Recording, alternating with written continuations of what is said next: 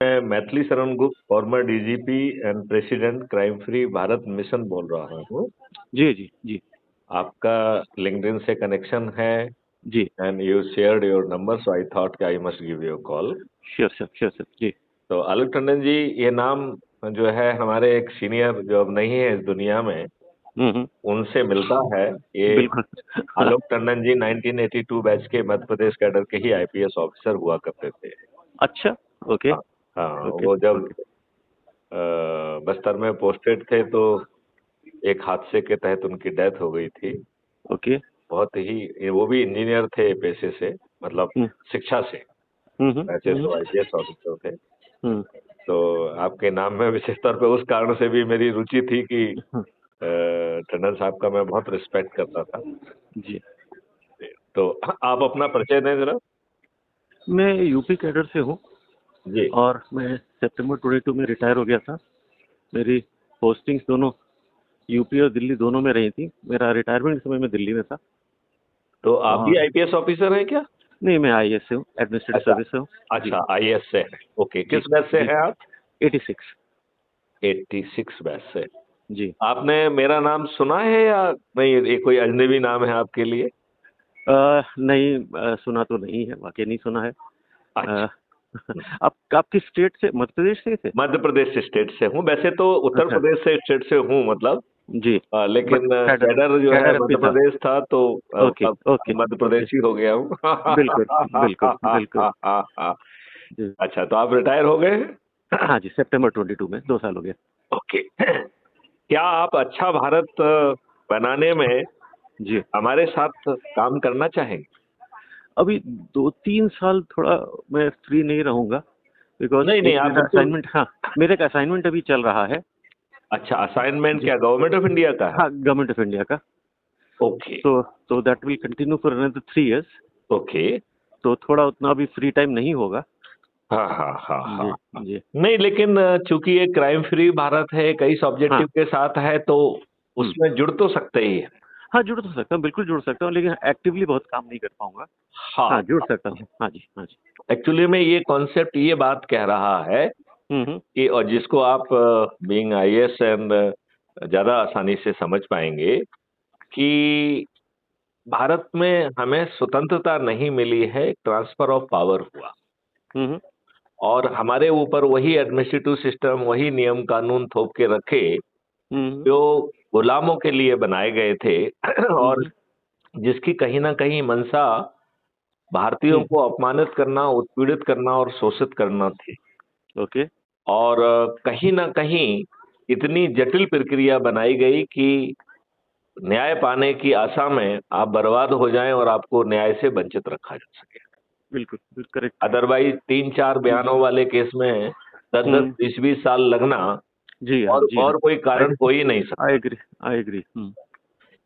तो अब दुर्भाग्य से ट्रांसफर ऑफ पावर हुआ। ये हमारा, जैसा आप और हम एज ए आईएएस आईपीएस जिस व्यवस्था का हिस्सा रहे, हम्म आप और हम अच्छे ढंग से इस बात को समझते हैं कि सब नियम कानून वही है जो हम्म अंग्रेजों ने बनाए हुए थे, राइट? बिल्कुल। अभी जो नए 3 कानून बने हुए हैं, it is also old wine in the new bottle. और हम्म। हमेशा आप अपन ये रेफर करते हैं कि पुराना सेक्शन क्या था, अब नया सेक्शन ही है। राइट। तो देखा जाए तो it is old wine in the new bottle. Hmm अब सवाल उठता है कि क्या वर्तमान व्यवस्था ने हमें अच्छे नेता दिए? तो यदि हम बड़ी गंभीरता से विचार करें, हम्म तो वो भी नहीं हुआ। हम्म आज की जो राजनीतिक व्यवस्था है उसमें जाति के आधार पर, धर्म के आधार पर, संप्रदाय के आधार पर, संकीर्ण राजनीति के आधार पर उम्मीदवार का चयन किया जाता है। हम्म और फिर उसमें भी एक घटिया कॉन्सेप्ट बिनेबिलिटी का भी उसमें इन्वोक कर दिया गया है। और हम्म बिनेबिलिटी में शुद्ध रूप से ये देखते हैं कि क्या आप अपराधी हैं, बाहुबली हैं, क्या हम्म आप धनबली हैं। हम्म तो आपको जो है, आप बिनेबल हैं, आपको टिकट दे दिया जाएगा। हम्म और फिर जीतने के लिए भी जो हथकंडे अपनाते हैं, वो दुर्भाग्य से अपराध है, आज के कानून के तहत भी वो अपराध है। तो हम्म जो दारू बांटते हैं, साड़ी बांटते हैं, पैसे बांटते हैं, मुर्गे बांटते हैं और गरीबों के वोट खरीदते हैं, ये दुर्भाग्य का विषय है कि हमारे राजनेता जिनके वोट को जो है ना खरीद कर जीते हैं, उन्हें रिप्रेजेंट नहीं करते। हम्म, वो पार्टी विप से बंधे हुए एक अत्यंत ही मजबूर प्राणी हैं, चाहे वो एमएलए हो, चाहे वो एमपी हो, चाहे वो मंत्री हो, और चाहे वो मुख्यमंत्री हो, और मैं तो कहूंगा चाहे वो प्रधानमंत्री ही खुद क्यों ना। हम्म, क्यों? क्योंकि सिस्टम वैसा बना दिया है। जी, अब बताइए, इस वर्तमान सिस्टम में यदि कोई भी बाहरी शक्ति हमारे पार्टियों के हाई कमांड पे दबाव लाने की स्थिति में है, तो भारतवर्ष के पार्लियामेंट से किसी भी कानून को पास कराया जा सकता है। क्योंकि पार्टी व्हिप जो है, वो उन्हें पार्टी लाइन पर ही वोट देना है, और जो बाहरी शक्तियां हैं, वो तो हर पार्टी के हाई कमांड पे दबाव बनाने की स्थिति में हैं। लिहाजा जो वो चाहेंगे वो तो नियम कानून बन ही जाएगा। जी, ये बात आप किस हद तक? काफी हद तक सही है, काफी हद तक सही है। पार्टी लाइंस पर ही वोटिंग होती है, हाँ। अपने हिसाब से तो होती नहीं है। काफी हद तक सही है। हाँ। अब सवाल उठता है कि हमने 21 लक्ष्यों वाले एक अच्छा भारत, अपराध मुक्त भारत, भ्रष्टाचार मुक्त भारत की कल्पना की है, और इसको जमीन पे उतारने के लिए लकीली जब मैं डीजी पुलिस रिफॉर्म था, तो मुझे मौका मिला जिसमें मैंने बहुत सारी टेक्निकल यूनिवर्सिटीज और इंस्टीट्यूट को रोपिन किया। ओके। उनके साथ हमने एमओयू साइन किया, जी। और फिर मुझे सौभाग्य से एक और मौका मिल गया जिसमें मैंने 12 स्मार्ट इंडिया हैकाथॉन 2020 में कंडक्ट, और उसके तहत टेक्निकल सॉल्यूशन बनाए। जी।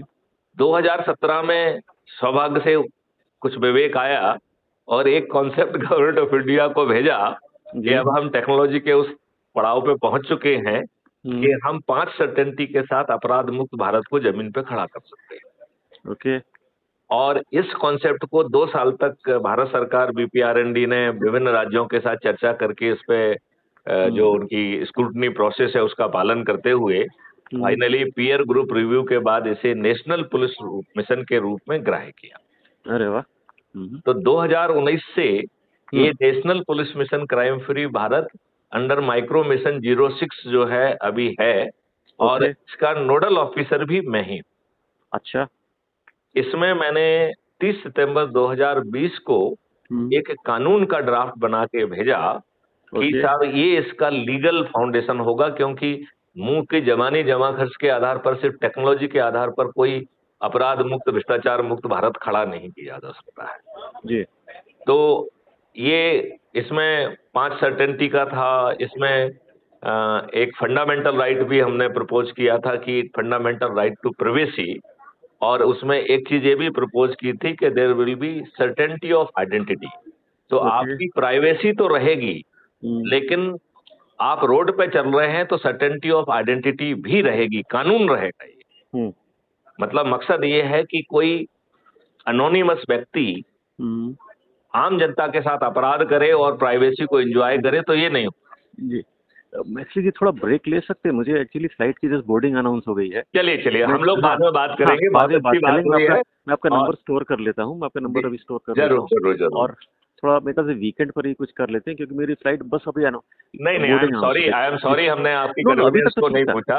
अभी तक तो ठीक था, बट फ्लाइट जस्ट अभी अनाउंस हुई है। चलिए हम लोग जो है, आप जब आप फ्री हो जाएंगे तो वीकेंड पे बात करेंगे। जरूर सर, जरूर। Thank you. जय हिंद, जय भारत, वंदे मातरम।